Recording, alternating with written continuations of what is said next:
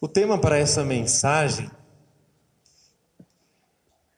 é o persistente amor de Deus apesar da ingratidão dos humanos e a persistente ingratidão dos humanos apesar do amor de Deus. O que é um milagre? Alguém saberia definir um milagre? O dicionário diz que é um ato ou um acontecimento fora do comum, inexplicável pelas leis naturais. É um acontecimento formidável, estupendo. Você já presenciou algum milagre? Você já presenciou algo extraordinário, algo fora do comum? E se eu disser que um milagre não é algo tão fora do comum ou estupendo, como dizem? A quarta petição do Pai Nosso, que diz: o pão nosso de cada dia nos dai hoje. O reformador Martinho Lutero, ele escreve um significado para isso. Ele diz assim: tudo o que pertence ao sustento e às necessidades da vida, como por exemplo, comida, bebida, vestes, calçados, casa, lar, campos, gado, dinheiro, bens, cônjuge fiel, filhos piedosos, empregados fiéis, superiores piedosos e fiéis, bom governo, bom tempo, paz, saúde, disciplina, honra, leais amigos, bons vizinhos e coisas semelhantes. Segundo a explicação dessa petição do Pai Nosso, conforme o reformador Martinho Lutero, tudo o que nós recebemos de Deus, tudo que é necessário para a nossa vida aqui neste mundo, é um milagre. Há algo de extraordinário, há algo de fora do comum na comida, na bebida, no nosso sustento. No texto do Evangelho para esse dia, nós temos a história dos 10 leprosos. A lepra era uma doença que era muito comum naquela época. Hoje ela é chamada de hanseníase. É uma doença infecciosa, pode ser transmitida com o contato com pessoas doentes. Essas pessoas que tinham a lepra, elas eram isoladas, elas eram separadas da sociedade. Elas eram separadas dos seus familiares, dos seus amigos, e muitas vezes eram abandonados para morrerem em cemitérios. Jesus está caminhando com os seus discípulos perto da fronteira entre a Samaria e a Galileia. E ele entra em uma aldeia. E ali nessa aldeia, então, 10 leprosos correm ao seu encontro, mas em respeito às pessoas que não tinham a lepra, eles ficaram de longe e clamaram: Jesus, mestre, tem compaixão de nós. Há muitos relatos na Bíblia sobre encontros de Jesus com pessoas necessitadas, pessoas enfermas, pessoas endemoniadas, pessoas cegas, coxos e etc. E em todas as oportunidades, Jesus ajudou aquelas pessoas. Jesus transformou a vida daquelas pessoas que o buscaram com fé. Até mesmo quando Jesus estava na cruz, Jesus proferiu palavras de conforto para um dos crucificados ao seu lado. Ele disse: hoje mesmo estarás comigo no paraíso, para aquele malfeitor que se arrependeu dos seus pecados e confessou Jesus como Deus. Jesus nunca pediu nada em troca. Ele nunca exigiu que as pessoas o seguissem. Pelo contrário, em determinado momento, quando Jesus havia multiplicado pães para 5.000 pessoas, ele falou para os discípulos não alimentarem mais aquelas pessoas, aquela multidão, para que elas parassem de segui-lo. Por que será que Jesus fez isso? Aquelas pessoas que estavam seguindo Jesus, elas não estavam atrás dele porque acreditavam em suas palavras ou porque acreditavam que ele era o Filho de Deus, que ele era o Salvador do mundo. Elas queriam apenas o pão, elas queriam apenas o alimento para o corpo. Aqui nessa história dos 10 leprosos, temos mais um relato de cura que Jesus realizou, sem pedir nada em troca. Aqueles 10, sendo que um deles era um samaritano, samaritano era um povo rival dos judeus. Esses 10 clamavam por cura.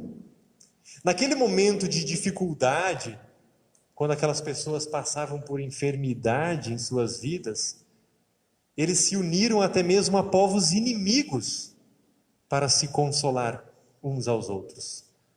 Mas depois que foram curados, cada um voltou para o seu lugar. O samaritano para a sua aldeia, os galileus para a deles. O versículo 13 de Lucas 17, nós temos o pedido desses 10 leprosos. Jesus, mestre, tem compaixão de nós. Eles sabiam quem era Jesus. Eles tinham esperança de que ele poderia curá-los. E assim acontece. Jesus apenas diz: vão, se apresentem aos sacerdotes.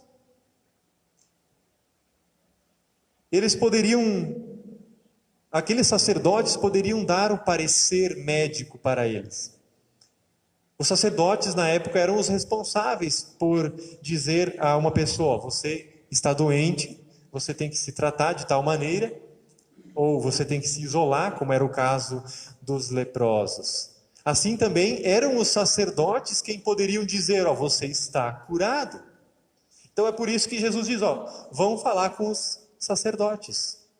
Ele diz os sacerdotes, porque os samaritanos tinham os seus sacerdotes e os israelitas tinham os deles. A obediência desses 10 leprosos àquilo que Jesus os mandou fazer, confirma a confiança que eles tinham da promessa que estava implícita nesse mandado de Jesus. E ao executarem as instruções conforme Jesus havia ordenado, eles foram recompensados. O milagre aconteceu enquanto eles iam até o sacerdote. Ao perceberem a cura, apenas um deles se lembra de Jesus e volta para agradecer o milagre. E esse um era um samaritano. Um samaritano que era um povo considerado pelos judeus, principalmente pelos líderes da religião judaica, como um povo impuro, um povo pecador. Um samaritano faz o que nenhum judeu fez. Os judeus tinham a revelação de Deus ali na frente deles, que era Jesus, mas eles não o reconheceram. O samaritano, que era alguém considerado impuro, pecador, reconheceu e foi grato a Jesus. Esse homem, ele chega diante de Jesus e se prostra de joelhos e agradece. E o que Jesus lhe diz? Levante-se e vá, a tua fé te salvou. Por que os outros não voltaram? Onde estão os outros 9? Aqueles 9 consideraram a cura como algo natural. Eles não creram que foi Jesus quem providenciou a cura para eles. Não eram 10 os que foram curados? Onde estão os 9? Não se achou quem voltasse para dar glória a Deus, a não ser este estrangeiro? Essas perguntas de Jesus demonstram uma indignação pela ingratidão daqueles 9 judeus que foram curados. Principalmente naquele momento em que Jesus estava indo em direção a Jerusalém para ser crucificado. Certamente, essa gratidão deste samaritano comoveu o coração de Jesus. Ao se prostrar diante de Jesus, aquele samaritano entregou-se como oferta de gratidão. Ao se ajoelhar diante de um homem, naquela época era considerado como grande forma de respeito. É como se ele estivesse dizendo: eu sou teu, eu quero que disponhas de mim.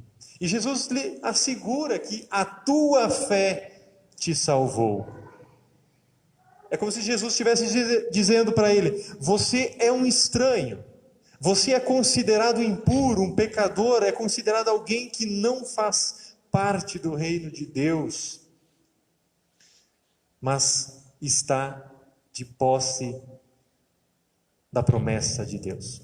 Aquele povo de Deus, os judeus que tinham a revelação de Deus, não a reconheceram.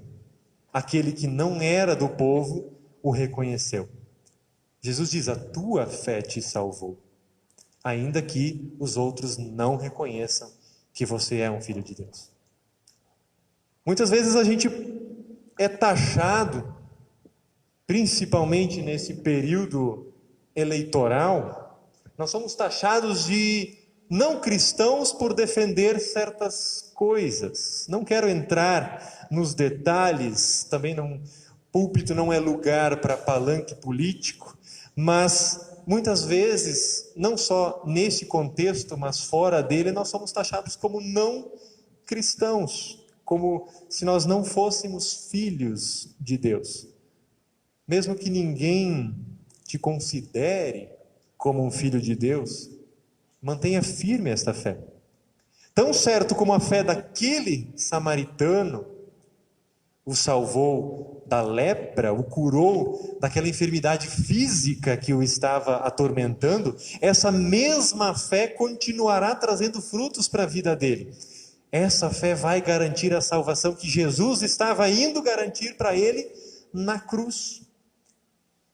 Mas não só para ele, para mim, para cada um de vocês. Naquele dia, aquele homem, ele não só foi curado de sua enfermidade, como também pôde voltar para os seus familiares, para os seus amigos, para a sociedade. Ele pôde voltar para casa. Pela fé, ele reconheceu que o milagre não é natural. Tudo vem de Deus e nós dependemos exclusivamente dele. O testemunho que Lucas nos dá em Atos, no capítulo 14, versículo 28, diz assim: porque nele vivemos, nos movemos e existimos. Quando nós reconhecemos que Deus é tudo em nossa vida, nós reconhecemos que tudo em nossa vida é milagre de Deus. E na carta a Timóteo, que nós acabamos de ouvir, Paulo diz: fiel é esta palavra. Se já morremos com ele, também viveremos com ele. Se perseveramos, também com ele reinaremos. Se o negamos, ele, por sua vez, nos negará. Se somos infiéis, ele permanece fiel, pois de maneira nenhuma pode negar a si mesmo. Nesta história dos 10 leprosos, nós vemos que a desgraça na vida de alguém pode também estabelecer relações com pessoas que não faziam parte daquele ciclo social. Pessoas hostis entre si, povos inimigos se unem diante da desgraça. Os judeus haviam recebido aquele samaritano, apesar dele ser considerado um inimigo, enquanto eles estavam doentes, enquanto eles tinham a doença em comum. Mas quando o bem-estar retorna no meio deles, essa união acaba. Todos os 10 receberam a ajuda que o corpo necessitava, mas apenas um deles recebeu a cura que todos precisavam, a cura da alma.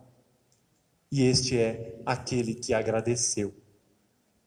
A gratidão, ela é uma clara expressão de amor, primeiro a Deus e depois ao nosso próximo.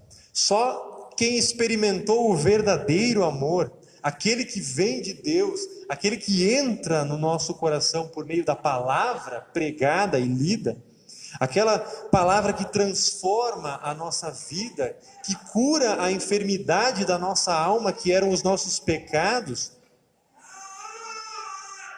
aquele que experimenta este amor, este pode ouvir as palavras de Jesus e guardar em seu coração: a tua fé te salvou. Fique em paz. E a nós nos cabe maravilhar-se de duas coisas: o persistente amor de Deus, apesar da ingratidão dos humanos, e a persistente ingratidão dos humanos, apesar do amor de Deus. Amém.